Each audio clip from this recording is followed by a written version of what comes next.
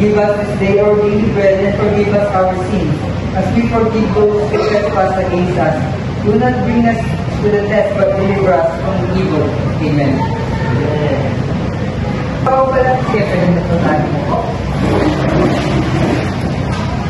Ipapakilala ko po ang aking sarili. Ako po si Gwyn Bisaya, ang inyong magiging moderator po ngayon.